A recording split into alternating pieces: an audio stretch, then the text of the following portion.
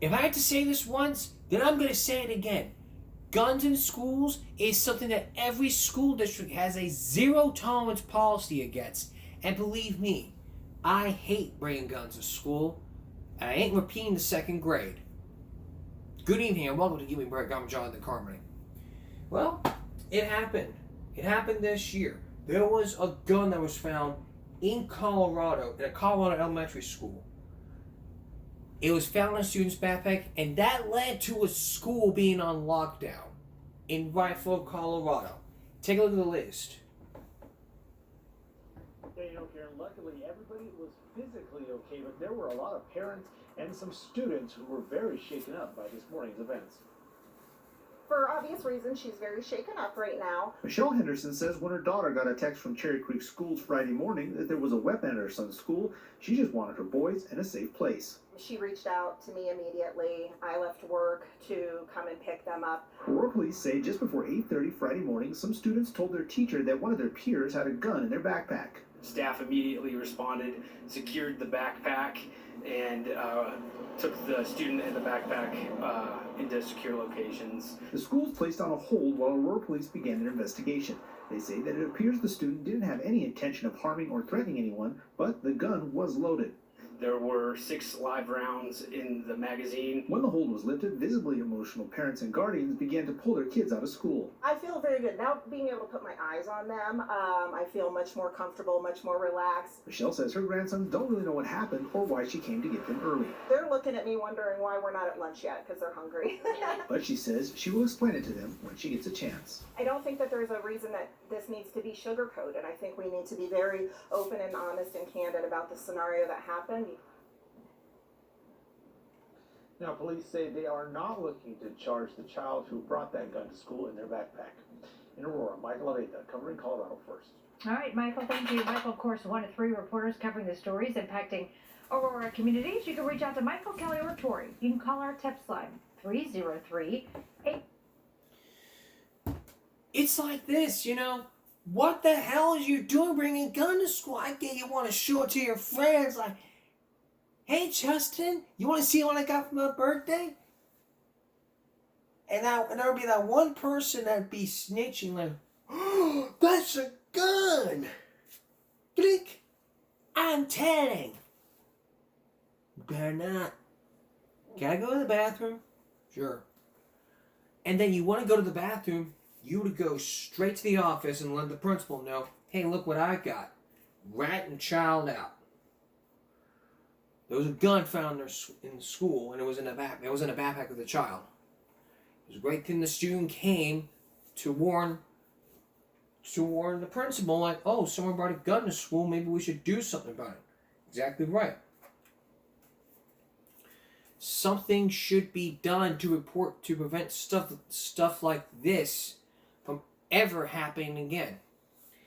And throughout all the years, I keep telling y'all, guns are prohibited because not everybody wants to go to school.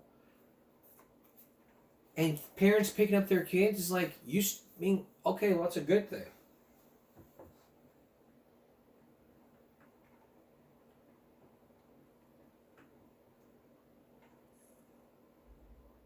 But the thing is, we've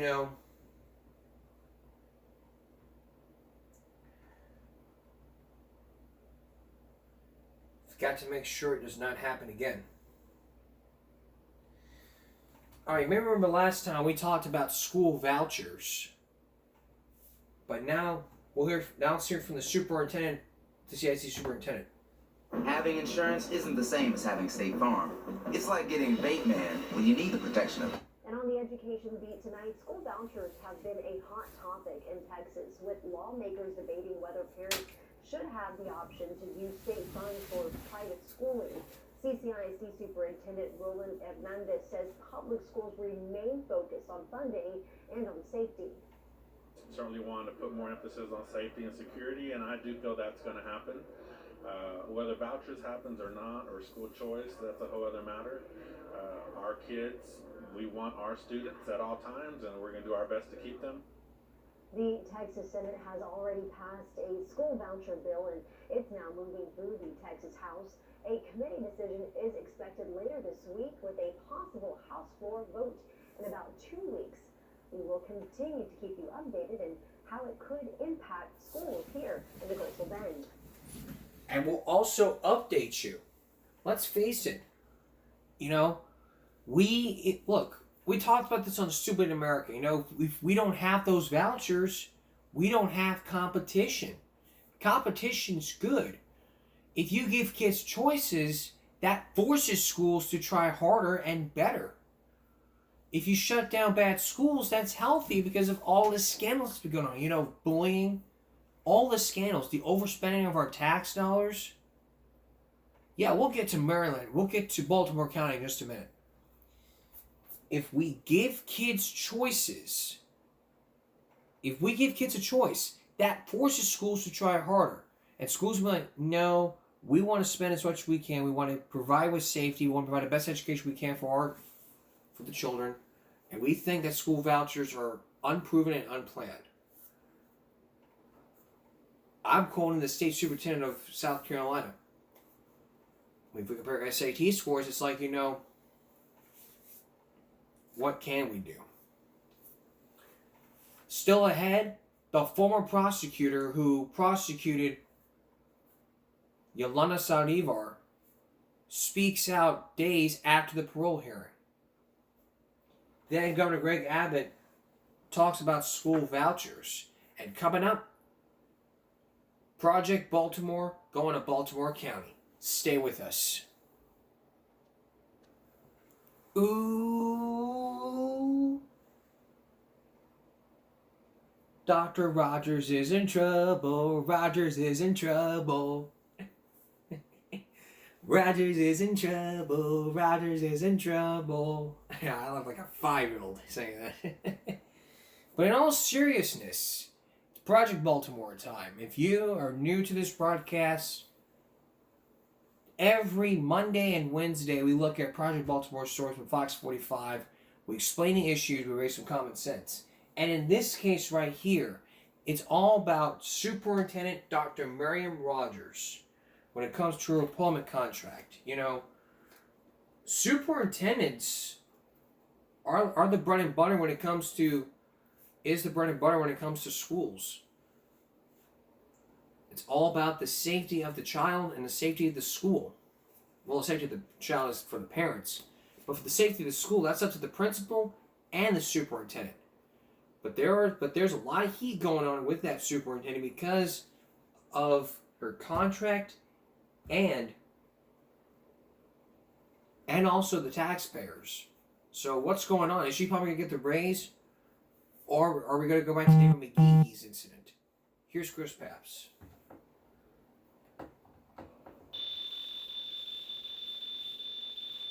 $331,700. That is the current salary of Baltimore County Public Schools Superintendent, Dr. Miriam Rogers. But that number is just the beginning of what taxpayers pay her.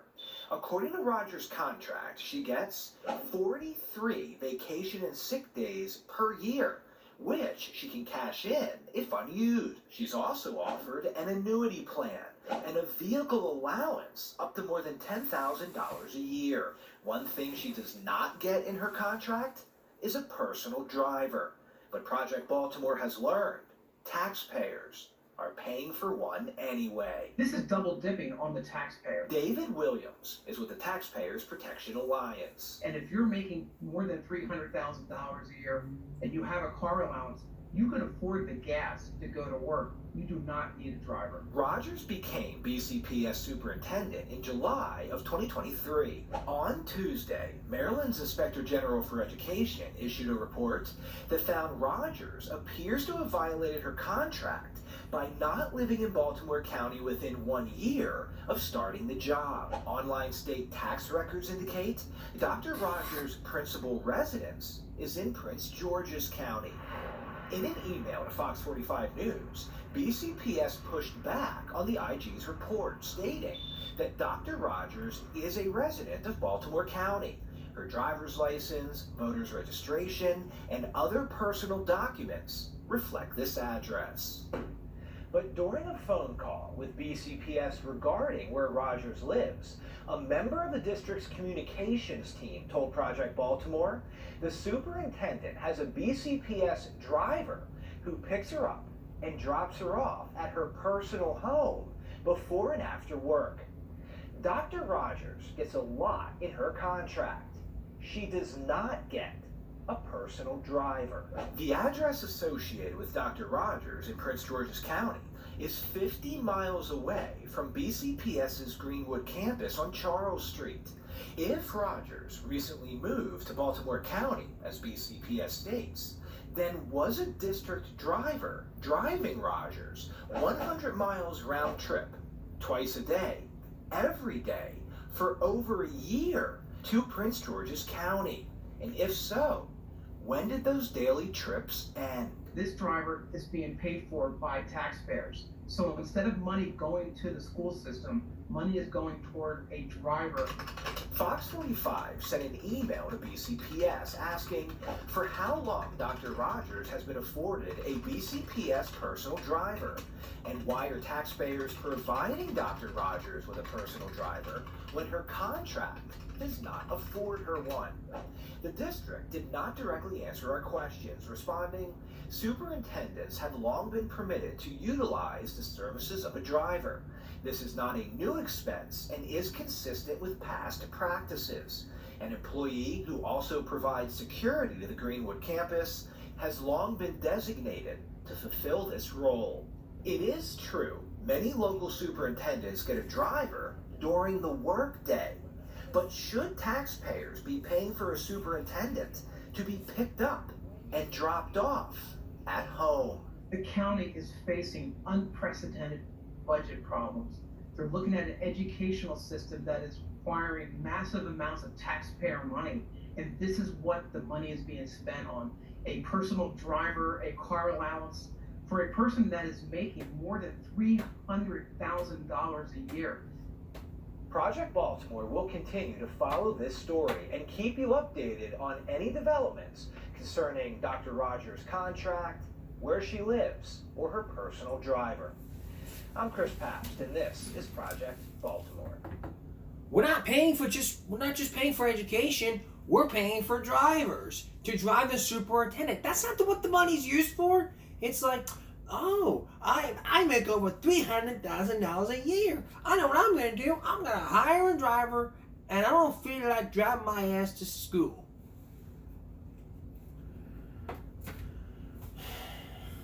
It would be easier to lift an elephant while singing Old MacDonald.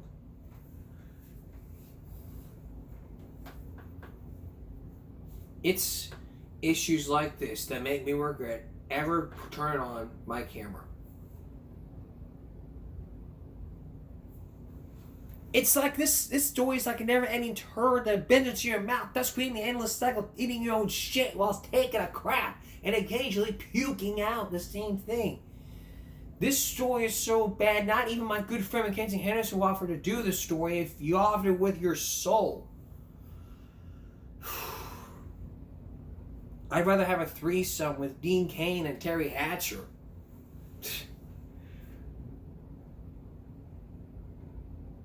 Fuck this story. No, Garrett, don't even watch this story. Don't even think about it. I mean, let's look at the comments section. Development. Let's look at the developments here. Just take another look at this. That letter, you know. Consistent with Chris, with the full knowledge of the board, Baltimore County Public School superintendents have long been permitted to utilize the services of a driver. This is not a new expense and is consistent with past practices of former BCPS superintendents. Furthermore, to the best of my knowledge, no prior superintendent has ever had a driver included in her contract. However, an employee who also provides security for the Greenwood campus has long been designated to fulfill this role. With the respect to the contract's obligations, as we have stated previously, the superintendent has fulfilled her contractual obligations with the board and will continue to lead the system to greater levels of the student achievements. It's about the money. You know? It's like we need more money. We should donate. Have people donate. Make cookies. Make cutbacks, you know? That's what people do. But it's not happening because no one gives a flying fuck. Vote every single Democrat out of our government. Who authorized her pay? Ask them why she gets to fraud the citizens of money. This is insane. Why she need to drive by a Tesla? See, does this too. I remember Alex Alonso had a driver that was armed, and was sure Sonia has a driver as well. This is ridiculous. But the taxpayers of this tolerate this crap for far too long. Most don't even know. Move out of Maryland, move to Texas. Or even better, don't be having any designated drivers. None whatsoever. If you don't have a car, you call Lyft. You call an Uber, you call a Lyft. Like, I don't care if you make $300,000 a year. If you don't have a driver, if you don't drive, you find somebody to take you to work. Or you call an Uber, you call a Lyft. Take the city bus, take the city bus. They'll help you out. The city bus will help you out. Take the city bus to wherever you want to go, and they'll help you out in any way, shape, or form. Anyway.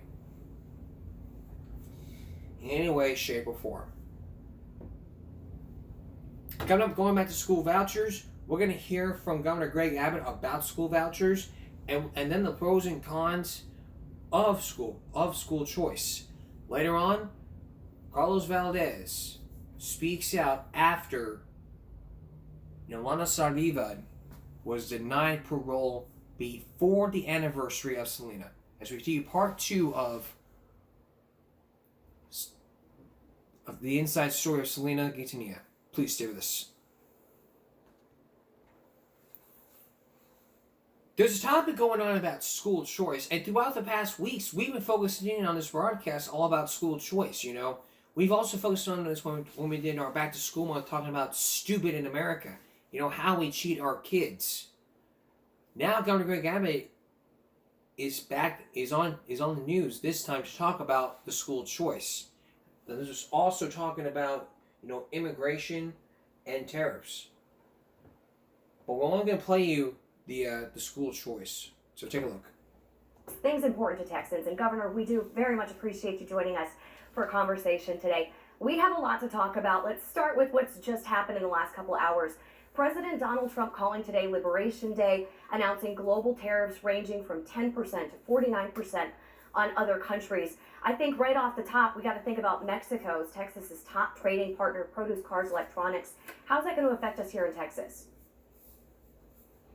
So if you look at what the president did, it's not going to affect Texas all that much. First, generally what the president did, he issued what are called reciprocal tariffs. What that means is he issued a tariff to every country that has a tariff on the United States. And what he did in the amount or percent was half of what that country imposes on the United States will impose on that country. However, importantly to Texas and to the United States, he did not issue any new tariffs on either Mexico or Canada. As you point out, Texas's largest trade partners are Mexico and Canada. As a result, there's not a tariff levied on them in this order, nor is there going to be any tariff levied by Mexico or Canada on Texas because of this order. As a result, it should have either minimal or actually zero effect on trade between Texas and Mexico and Canada. Okay, sir, thank you. Let's move on to something that's a lot of people talk about. School choice. This has been a top priority for you. You've been pushing it for years. You've declared it an emergency item this legislative session. The Senate passed its version. It's filed under House Bill 3 in the House. A House committee was supposed to talk about it today, but it was postponed. Now, for anybody out there who doesn't know, just quickly, school choice would use taxpayer money to pay for private education, about $10,000 per student. It hasn't gotten through in years past. Can you make the case for the program for people who are maybe skeptical? Sure. First of all, listen, an overwhelming majority of all Texans support it, whether you're black, white, Hispanic, Asian, whatever the case may be. School choice is for everyone, and large majorities of all Texans support it. In more than 30 states have school choice, and it has not caused any decline in the public schools. In fact, the states with the best public schools right now are those with the largest school choice programs. And Texas know this. What we want to do is actually put students on a pathway to have the best education in the United States. To do that, in part, we're providing record-breaking funding for public schools, while at the same time providing the school choice option for parents who think that a different school would be the best setting for their child. I know there are many families in the San Antonio area who want school choice. We will be able to deliver it for them while also protecting our public schools. All right, sir, and quickly, what about those rural schools? Is there going to be any concern from your end that any public schools already under strain or are going to be in trouble if this passes? So because of the funding that we're providing, there will be a record amount of money going to public schools, especially in rural areas, to make sure they will have more money than ever before. And we're providing teacher pay raises across the state. And in fact, we're providing a double pay raise for teachers in rural areas. Teachers in rural areas can get up to a $10,000 pay raise after this session. And so we're going to ensure that rural Texas schools are going to be better funded than ever before and not subject to any type of decline because of school choice. And know this also, that the scope of school choice, the size of it, is going to be just 1/4 of the size of charter schools. Charter schools have not decimated or hurt public schools in rural Texas or even in urban Texas, and school choice won't pose a problem either. All right, sir. Governor Greg Abbott, we are so grateful for you taking the time to talk with us today about these important issues. If you want to look back and watch this interview, anyone at home, we'll have it online at news4sa.com. We'll be right back. Hey TikTok, it's Alan Walker. So that's it. So that's what he says, you know. Charter schools are better. Like I said before, charter schools are better than public schools. They spend less than the public schools. How can that be? I mean, the line would go straight up for student spending. For increased school spending. The line would go straight up. But could you have more money but no results? $10,000 per student. If it's a class of 25, that's $250,000 a year. It's going to the bureaucrats.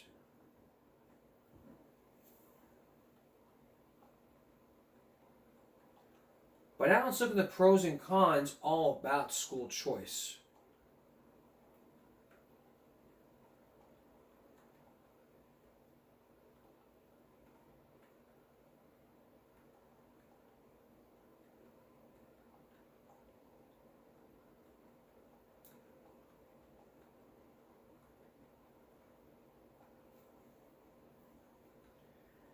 Because this has been a hot topic throughout all these years, and now there are people. So let's take a look from Austin Insight. We'll turn now to the policymakers for perspectives for and against school vouchers. Joining us is Representative Brad Buckley from Salado. He chairs the House Public Education Committee and is a supporter of school vouchers. Representative, thanks so much for joining us. Thank you for having me. So you're familiar with the key criticisms of vouchers, of course. Why should taxpayers help fund private school tuition to the tune of $1 billion when, as education advocates claim, public schools are underfunded and teachers are underpaid in Texas? Yeah, well, that's why the Texas House is proposing the Texas Two-Step. And that is a House Bill 2 and House Bill 3 combined that will reform and invest in education for all kids in Texas. House Bill 2 is the largest investment in our public schools in the history of our state. Even when you adjust for inflation, will provide teacher pay raises, provide more funding for special education. It will make certain that our districts have the investments that they need to balance their budgets and to continue to do the great job that our public schools do. House Bill 3 recognizes that sometimes parents need an option, and sometimes their kids' education, their educational needs are not being met, and our parents deserve the option to put them in the setting that meets their needs. And so that's why these two bills together, I believe, are really important if we're going to really move the needle on educating our kids in Texas. But in other states, a lot of voucher funds have gone to parents who already had their kids enrolled in private schools, and so clearly they could already afford a private school education.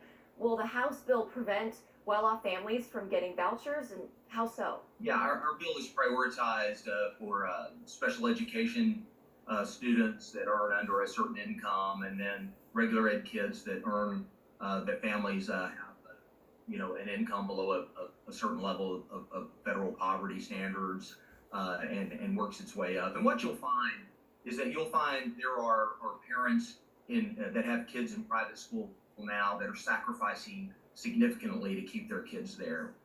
In my own district, in the community of Killeen, there's a private school that serves children with disabilities, and what you'll find is that more than 50% of the parents in that school earn less than $80,000 a year.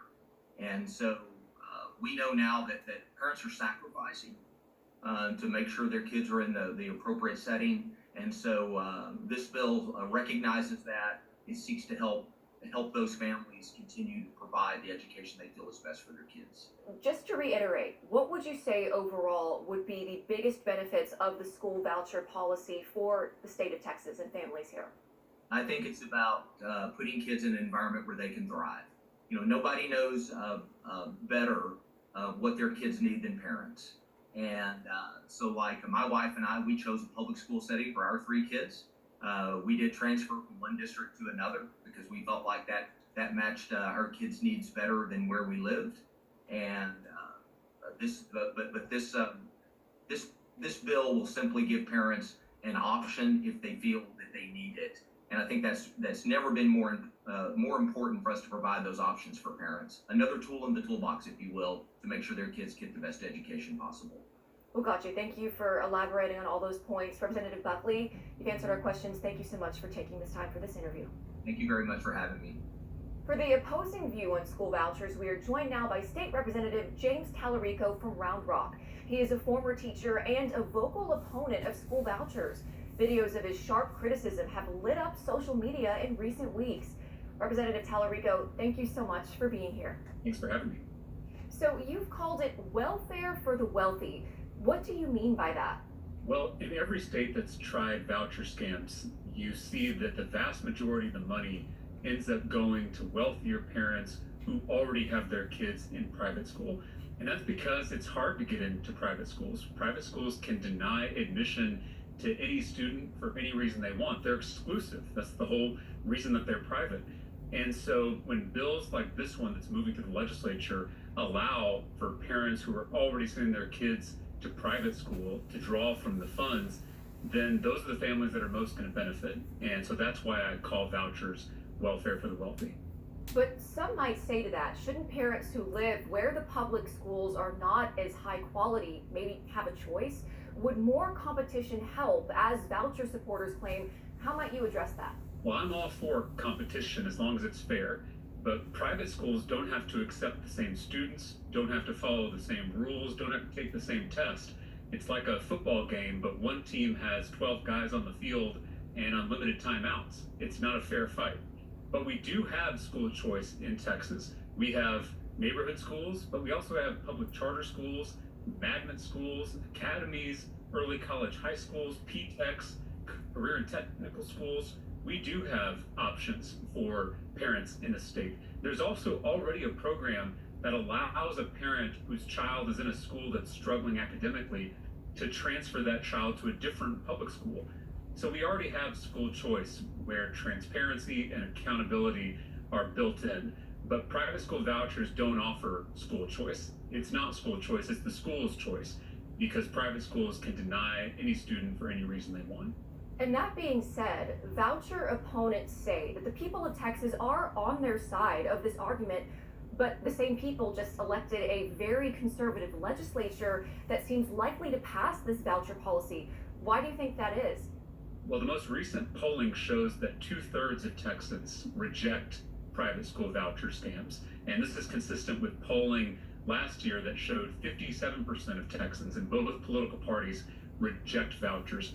And so what you see are Democrats and Republicans across the state rejecting this policy. That's why you've seen Republicans and Democrats in the legislature reject this policy. The reason it's not law already is because Democrats and Republicans alike are standing up to the governor on this issue in the Texas House. I hope that continues in this legislative session.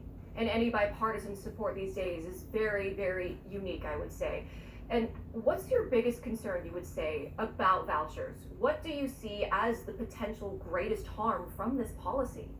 I know that vouchers will defund our already underfunded public schools. You know, we rank 44th in the nation in per student education funding. Texas teachers are making less than they did 10 years ago when you adjust for inflation, and local property taxes are through the roof because our state government has failed to do its fair share of school funding, leaving the entire burden to be held by our local taxpayers. And vouchers will make all of that worse. It'll drain much needed tax dollars away from our public schools into these unaccountable private schools. It'll lead to even lower teacher pay, and it will lead to even higher property taxes. So this is the worst possible choice for our state to make, and that's why Democrats and Republicans alike are rejecting private school vouchers. Well, this is something we will certainly be watching as the House moves forward. Representative Talarico, thank you so much for joining us and sharing your perspective, especially as a former teacher yourself. Thank you for having me. Thanks so much for watching. If you like this video... Now that we heard the pros and cons of it, where does it all stand? I'm going to put verbs in my sentences, and I'll tell you what I say when I come back. When I come back, I'll put verbs, because I got a lot to say, so we're going to take a break here, and when I come back, you're going to hear what I got to say, and I will put verbs in my sentences. Seriously, a sentence that will have a verb in it. And you don't want to believe what I got to say when we come back. Please, just go ahead. We'll be right back. Please stay with us. This has become the hot topic here in the state of Texas. School choice or school vouchers. So far we've heard is what the governor is saying is a good plan. Others, we hear the pros and cons of school choice. But where do I stand on this? You might be asking, what do I think? Without competition, if you try to take away competition, then it's like saying, we don't want to compete with private school. We want to do what we can to make things right. Why not? Would you go back to a bad restaurant that served you a bad meal? Or a barber that gave you a bad haircut? It's competition that makes things better. Without that voucher, no one can escape the bad school. It's like this. If it's like this, we have a choice of what channel you want to watch, what video you want to watch on YouTube. That's competition. It's competition that makes everything better. And if we don't have that without that competition, we wouldn't have we don't have no NBC, ABC, CBS, whatever. We need that. And y'all may be sitting there saying, we don't need school choice. We have proof about this, and that. There is no this and that. All the scandals that's been brought upon by Project Baltimore, by Baltimore County, it's the whole reason why the state of Maryland needs school choice.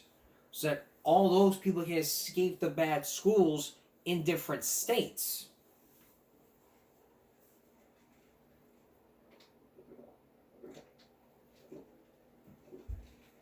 What should have been added in was a part of that law which says it can also be accepted that if you don't like the vouchers in Texas, you can move to a state where they do school choice. So if you don't like it here in Texas, you can easily move into Arizona.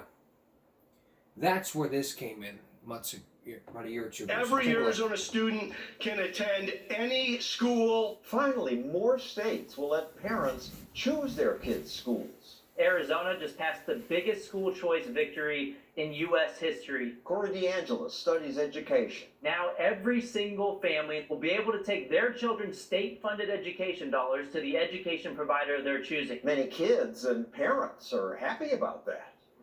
My son's learning and mom is at peace. It's no surprise. Competition improves things in every field. Henry Ford's assembly line was great, but by today's standards, his cars were lousy.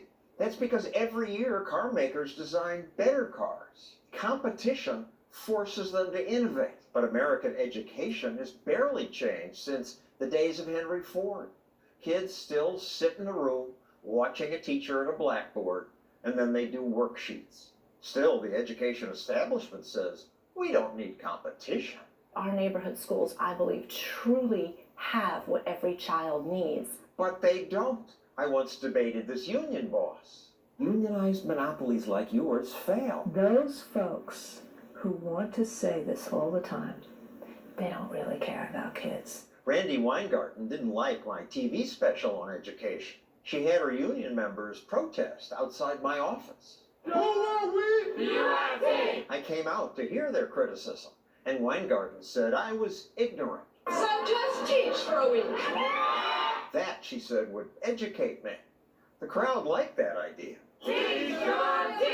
But when I said, yes, I'll teach, the union decided, no, we don't want you in our school. Weingarten will no longer speak with me, but her Fairfax, Virginia chapter head, here he is meeting with her, did agree to talk. What's wrong with giving parents a choice?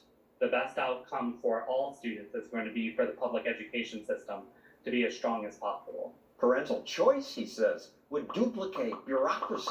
Once you start setting up other systems, that same bureaucracy is then going to exist multiple times. Wait, maybe there would be less bureaucracy. His school spends $300,000 per classroom. His teachers don't get paid that much. The money disappears into the bureaucracy. At least choice lets people develop alternatives to you. Any ideas you have for lowering bureaucracy, you're not going to hear any disagreement from the teachers union. Okay, here's one idea. Get rid of your endless rules that protect every teacher's job. It's almost impossible to fire a teacher in Fairfax County. Coming as a union leader, this might be surprising, but those teachers that aren't, up to snuff, they should be let go. But they aren't, because union rules make it so hard. A few years ago, one of Walrod's schools called this teacher incompetent.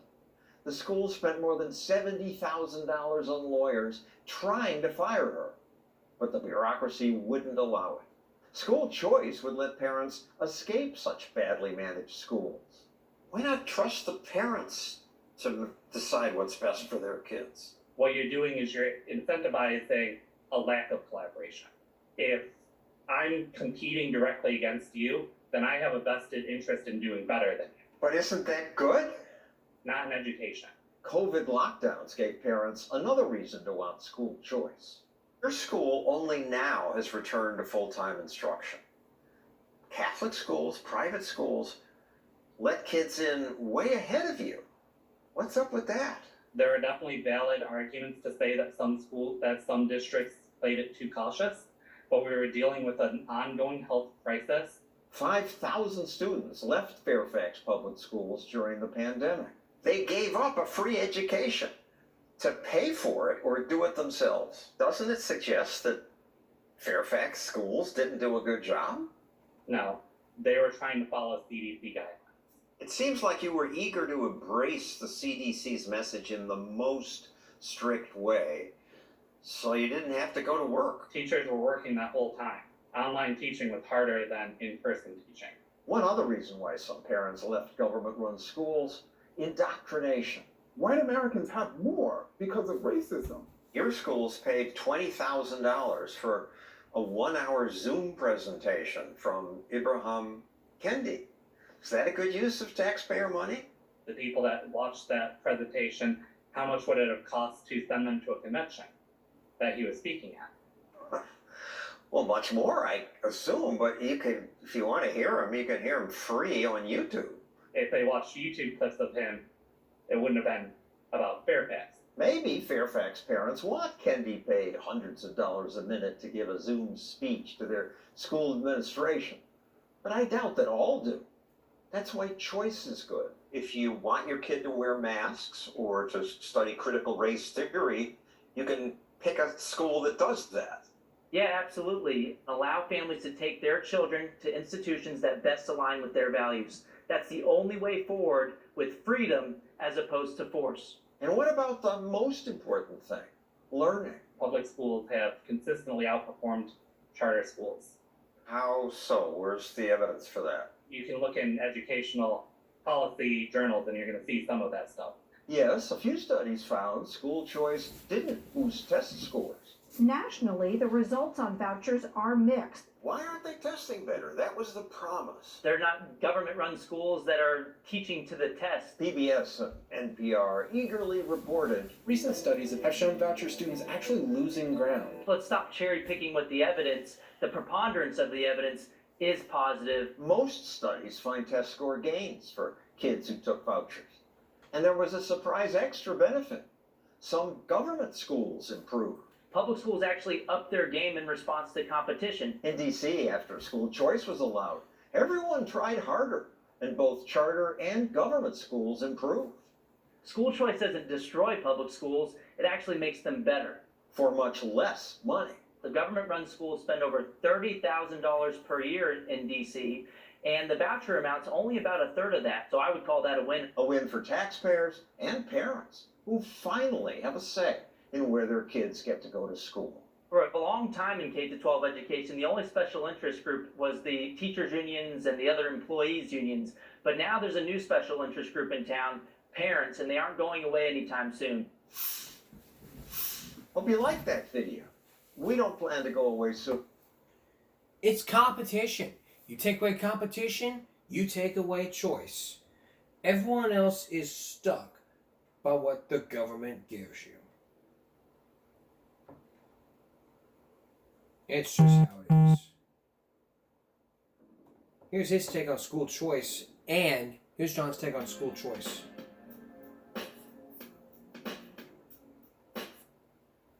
Just ask the low-income.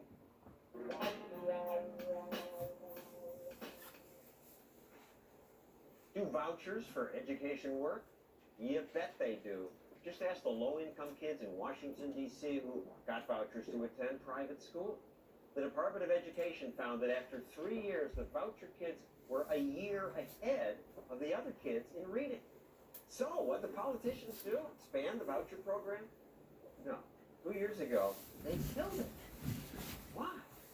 The president's press secretary had trouble answering that question. The president has concerns about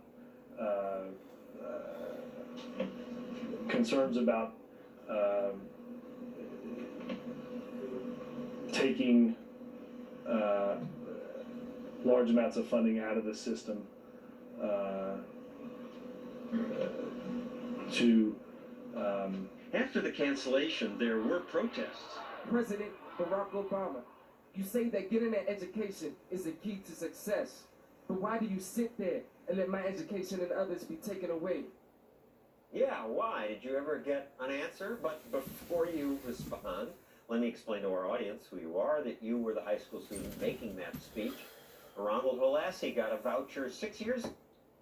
That's what this is for. School choice equals better schools. If you don't have school choice, no better schools. No heart, no friends. We're going to take a break and come back with the prosecutor before the anniversary. Stay with us. You may remember back a couple days ago, we did a special about going into the inside story of the murder of Selena Quintanilla. We've heard from the father, we've heard from Selena herself, her husband. We've also heard from the killer and partly from the former prosecutor who is now an attorney. But now let's hear his reaction about the parole before the anniversary. The former Buenos Aires County District Attorney, he is now the judge. So let's take a look. Yesterday, like y'all did, I got a text saying that the parole board had denied the request for parole. So it really wasn't a surprise to me. I was expecting something like this because I don't know if you've been watching. I have been interviewed in the past couple of months by a bunch of people who come in and individually interview me, and I tell them the same thing. Look, if the parole board does their work the way they're supposed to, and if the system functions the way it's supposed to, she should get denied. She should not get released. So when the word came down yesterday that, and I got it in the text that she had been denied, I was not really surprised. I said the system is still functioning.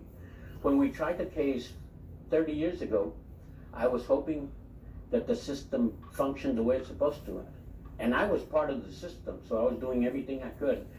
And in the end, justice was served. We had justice that resulted.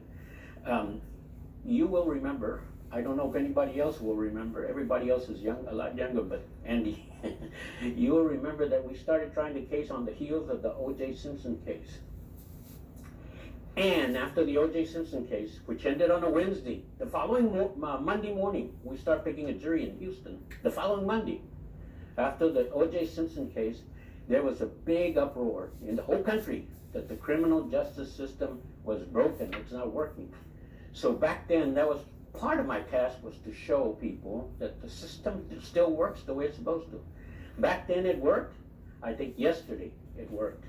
I think the judicial system, the criminal justice system worked the way it's supposed to, and I think yesterday is an example. So you found out sex through parole and pardons? No. From media. From media.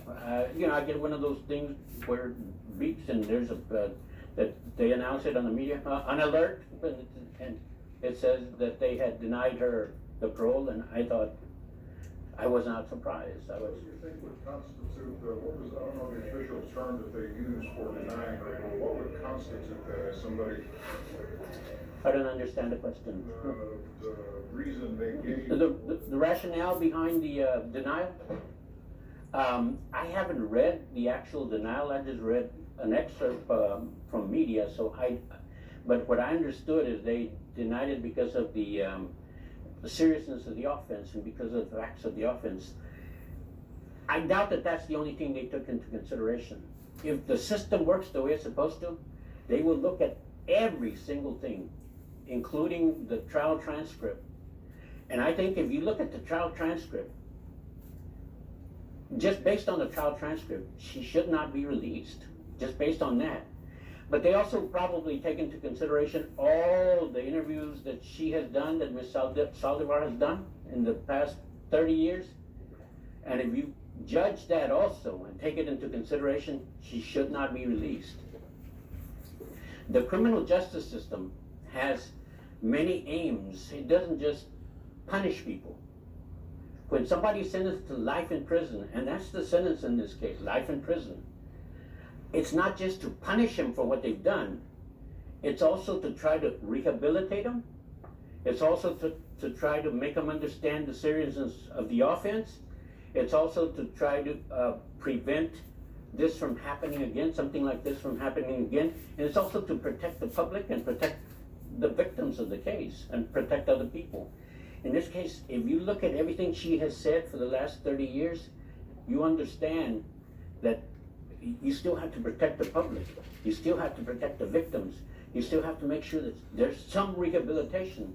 And if you talk to her today, if I would talk to her today, she has not changed at all in 30 years. Not at all. She's still saying the same things. So based on all this, I'm sure all this was taken into consideration. Based on all this, I think that's what the rationale for the decision was. Yes, sir. Do you ever know of a time that she showed remorse, that she actually said, I'm sorry, this, that, and other, and the fact that if she hasn't shown remorse and apologized, that that's a reason that she didn't get out and may never get out after she's done? That's one of the reasons, one of the things. This was the full press conference. We're not playing the full press conference. It's just a portion of what the former district attorney has said. So if you don't remember, what we focused in on was the trial, the evidence, and the interview. The interview we saw was on 2020, back in 95, when Deborah Roberts interviewed the killer. She says that it was an accident. She claims that Abraham Quintanilla threatened her. The father denies the allegation. And she also, and Saldivar denies ever taking money from the fan club. She denies it ever again. Her version was like this, saying, I pulled the Santy back, don't close the door, the gun went off. There was blood everywhere, and even on the shoes. We've shown you the evidence that was put in play from all the documents, especially those shoes.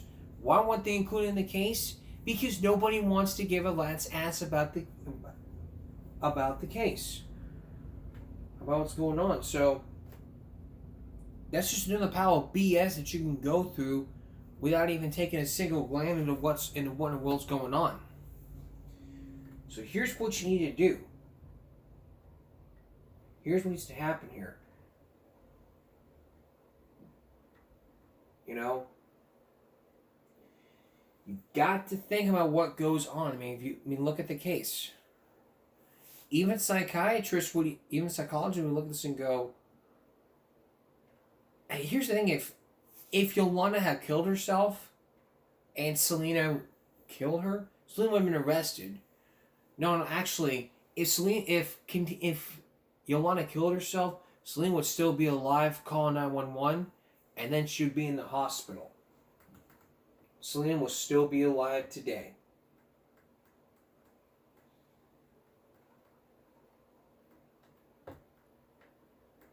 Now again, we have 5 years before another parole is up to date. But she'll just beg to the judge, like, please, please, I insist. It was an accident. There was no accident. Like I said, she killed Selena. Whether it was an accident or not, she was responsible for her death. She was responsible. She bought the gun. There's no but about it. She was responsible, and nobody has an excuse. All it is just, this is just all it is, you know. All it is just the picture that you see, that she sees, are dots. That's all she sees. Believe me, I wanted to be in that person's shoes. If I was in Yolanda's shoes, I wanted to buy the gun. I would be apologetic to the family and say, Mr. Quintanilla, Selena, Chris, I am very sorry for taking money from the fan club, and I am very sorry for all the actions that I've done in the past. But I want you to know, I am a changed person. I have changed. And if I'm willing to go back to that day for your daughter, I'm willing to get out and make a change for my life. Even if it meant going to jail for a very long time. That's what it would have meant. It may be heartbreaking to the Quintanilla family, but the family is still grieving for their daughter's loss. You have to be able to understand from a case perspective and say, look, this is what you did. This is what you did, and this is the price you got to pay. You know, we live in a society where you're innocent until proven guilty. She said it was an accident. Genius. But still, we look at things from a case scenario, and in that case scenario, it's like, you know, what do we do with these situations?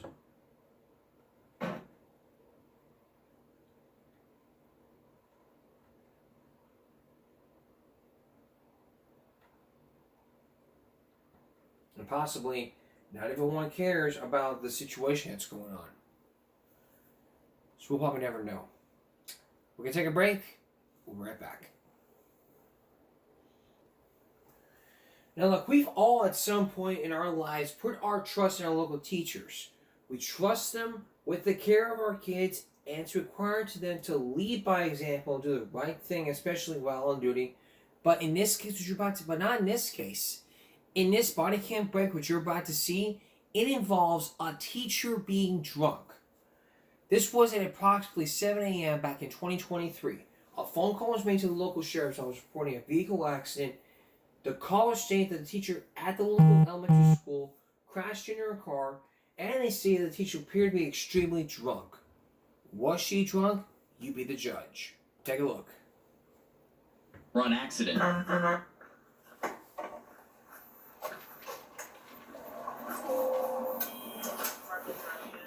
When the officer arrived, the teacher had no idea that they already knew who she was.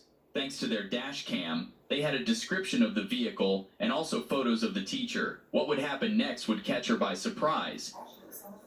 Yeah, they just wanted to meet here in the front lobby, or front. They don't.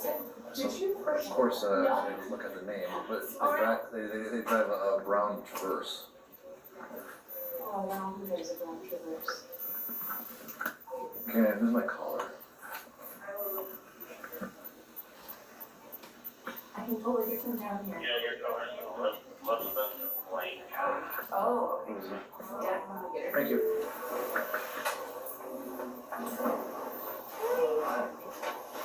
Thank you so much. Bye. Here's what I said.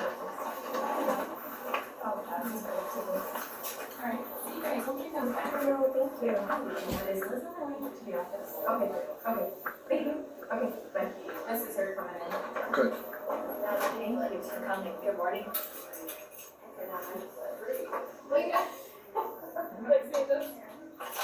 It doesn't watch your Good morning. Hi. How are you? Good, how are you? Pretty good. You doing okay? No injuries? No, I mean, just kind of shitting up, but other than that, no. Yeah, do you want to walk and talk? Yeah, that's fine. Okay. So what happened? Well, I was taking a left on that corner right there, and then somebody hit me, and then I went down the road, and then they never stopped. Okay, so why didn't you stop when I saw you turn right onto 76th Street from Kalamazoo? Why didn't you stop then? I just went home. Why? You obviously saw me in a car there. Why wouldn't you stop then? I guess I didn't know it was the same accident. Okay. Within like 5-10 minutes after it happened? No. Why wouldn't it be the same? Why wouldn't it be the same crash? I guess it could have been. Oh, I'm telling you it was, because Okay, well. I was there, and the Okay, person no, that that's, no, that, no, no, that's that's, the no, insurance. that's totally fine. The person that was there goes, yeah, turn. I'm like, well, I can't sit here and leave your car in the. Okay, no, I completely understand what you're saying. So where did you stop at? No, I never stopped. I went back home. I know, but you said you went north on Kalamazoo because you're turning. Oh, yeah, Where'd you no, go? I went to Meyer down here, and then I turned around because I was crying, and then I came back. Why'd you go all the way to Meyer, not call? Well, I did call right away. I You did? called within less, like 15 minutes. Okay, because we can look that up too, Yeah, no, that's fine. as far as when you call. Oh, yeah, no, I would say I would call within, within 20 minutes. Okay, why didn't you stop right away? Let's get your insurance. Why didn't you stop right away? I guess I'm confused. No, I mean, you could. no, I'm just gonna tell you. Yeah, but you have your driver's license Oh, yeah. and your Oh, insurance. definitely. So you didn't. So No, when it happened, I thought, holy crap. He's gonna be mad, and I can show you the messages that he's already doing.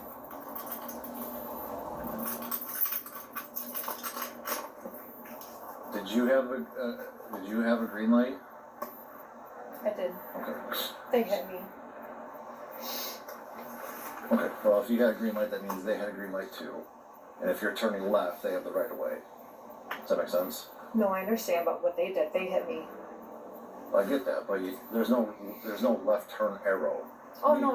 I know what you're saying. Yes, no, I took a left, but they were out of turn. They should not have hit me at all, by any means. How if they're going straight? That means they have the right of way, meaning they can go through without being impeded. That means you have to wait for them. But they weren't there when I was going, if you looked at the camera. I think that they were speeding, in my own opinion. Do you have insurance? Is it in here or is it? Oh, no, I can get it for you. Okay, appreciate that.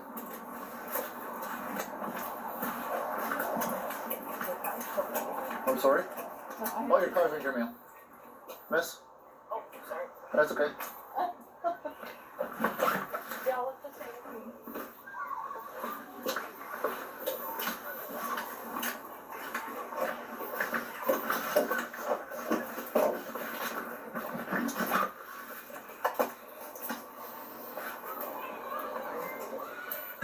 When's the last time you had any alcohol drink? Oh. This morning? Oh, no. No, last night. Last night? Yeah. What time last night? 8 o'clock.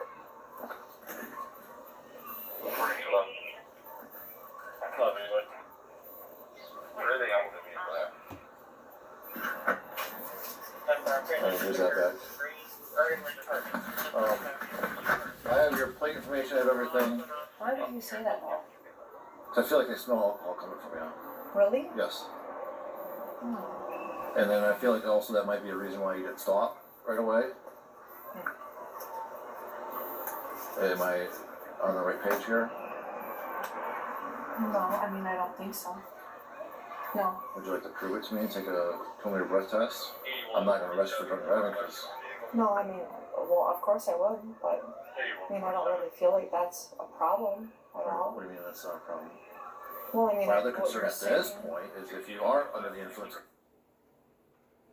Oh no, I understand. I know. I understand what you're saying. That's actually more of an issue for me. Oh yeah, no, I completely understand what you're saying. No, I don't think so, by any means. You don't think so? Which part? Well, anything that you're saying. You don't think you are still under the influence of any kind of alcohol right now? No, I don't. Okay. No, I promise you. No, I don't think so. I mean, that's how I feel. So no. All right. Would you take a preliminary breath test? Yeah, I would. Come with me.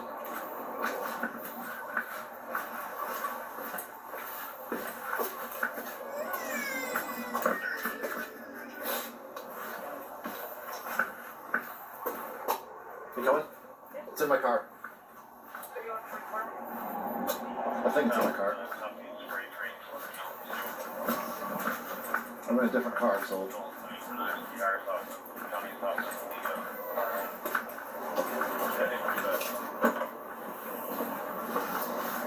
What's up, man?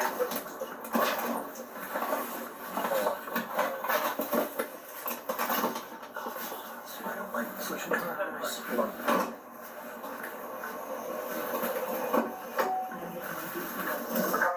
We all want to check coffee there, see what's going on.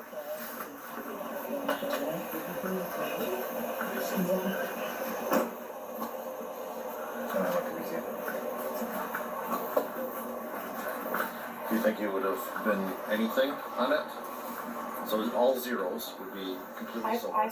I promise That you. didn't answer my question. Do you think you would have been anything on that breath test? Oh no, I don't. Nope. Not by one means. Alright, do me a favor. Can you see the tip of my finger right now? It's just a tip Okay, right so here. that's kind of odd to me that you're doing that at school. I just want to make sure that I'm. And I want to make sure that you can go teach kids. Oh yes. Oh no. Go ahead. I just don't want. Again. I don't want that to be known by my school though. Let me tell you that if I'm already trying to figure this out, and I'm kind of under the impression that you may be a little bit, even just a little bit, and if that is an issue, they will be told. Oh no, you can go right ahead and tell them, but that's not true. Okay. I promise you. Go ahead. I mean, I also don't want to embarrass you in front of everybody. Well, you so are, and that's totally fine. It's not totally fine, and that's why I'm No, trying it's to work not, with but I'm you. telling you, I don't want you to make me cry. I promise you I'm not. That's totally fine. Do whatever you need to do. Walk me right around here, and that's Oh no, that's fine. not my intent. That's why I'm trying to be as discreet as possible. That's why I brought you over here, trying to figure something out. As far as No, I'm not. I would even have brought you back over to the car to hide you a little bit to do that test. That's my plan. But I wanted you to come with me so I could see that you didn't put anything in your mouth. That was my intent of bringing you over here with me. I'm totally fine. I'm looking at you and I'm telling you I'm totally fine.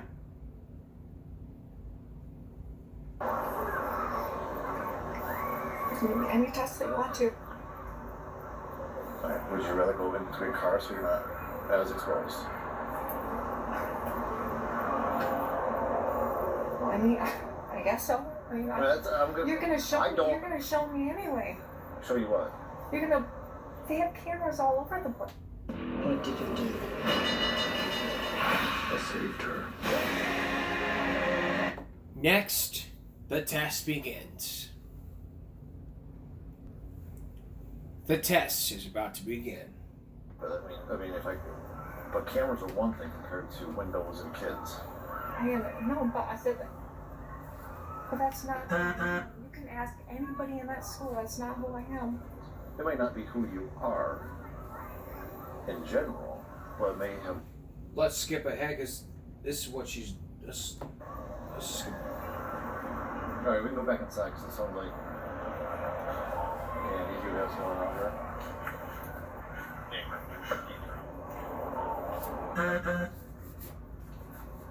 We can go inside. No, we can say one until he gets here. Okay.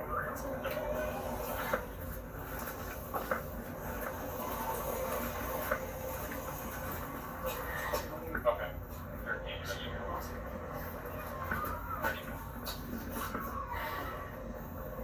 I have it.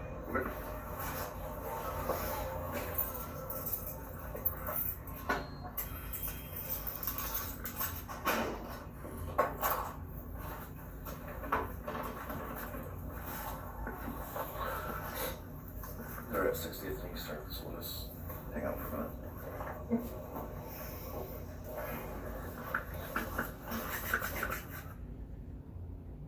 Minutes later, the officer comes in and they administer the breathalyzer. Alright.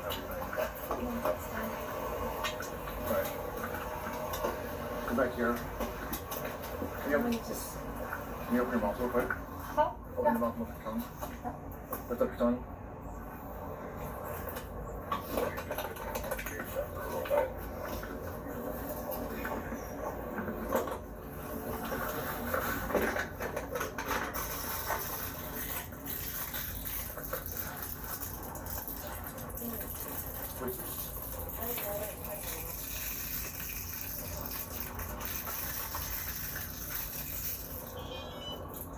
Alright, all you gotta do is just blow in here until it beeps at you or I tell you to stop. I'll hold on to it so that way you don't break it.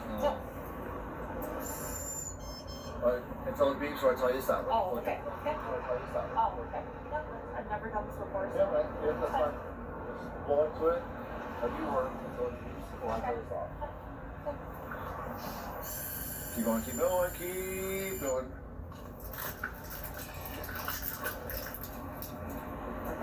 What's that?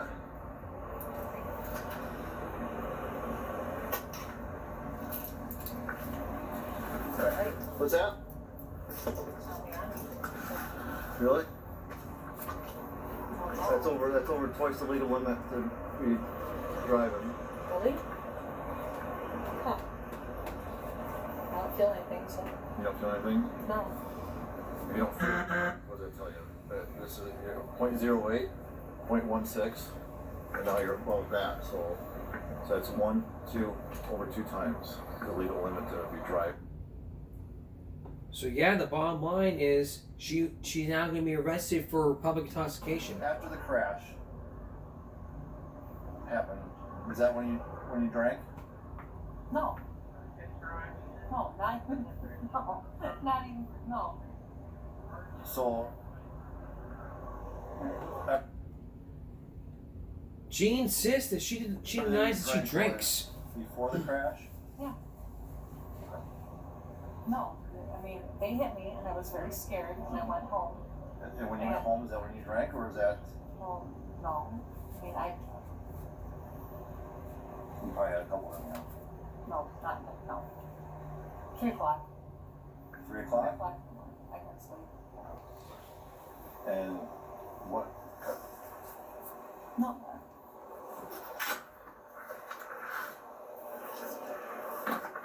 No, I seriously do think though what they did, they left. We didn't, because I was. So now going towards the end. At the time of the crash. The teacher was ultimately arrested for driving under the influence. To make matters worse, she confessed to actually drinking more than just 3 cups of wine. We hope that she learned a lesson here. Not to drink and drive, and definitely not to hit and run a vehicle. It's a bad example as a teacher. Anyway, Exactly. Drive while intoxicated. You're not supposed to drink and drive. It's common sense, even for teachers. Teachers tell me by example.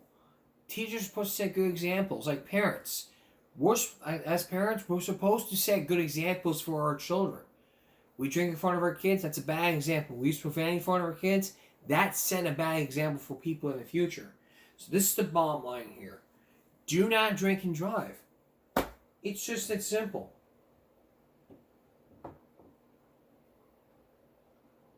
This was another one, but we're going to save that for another Give Me a Break.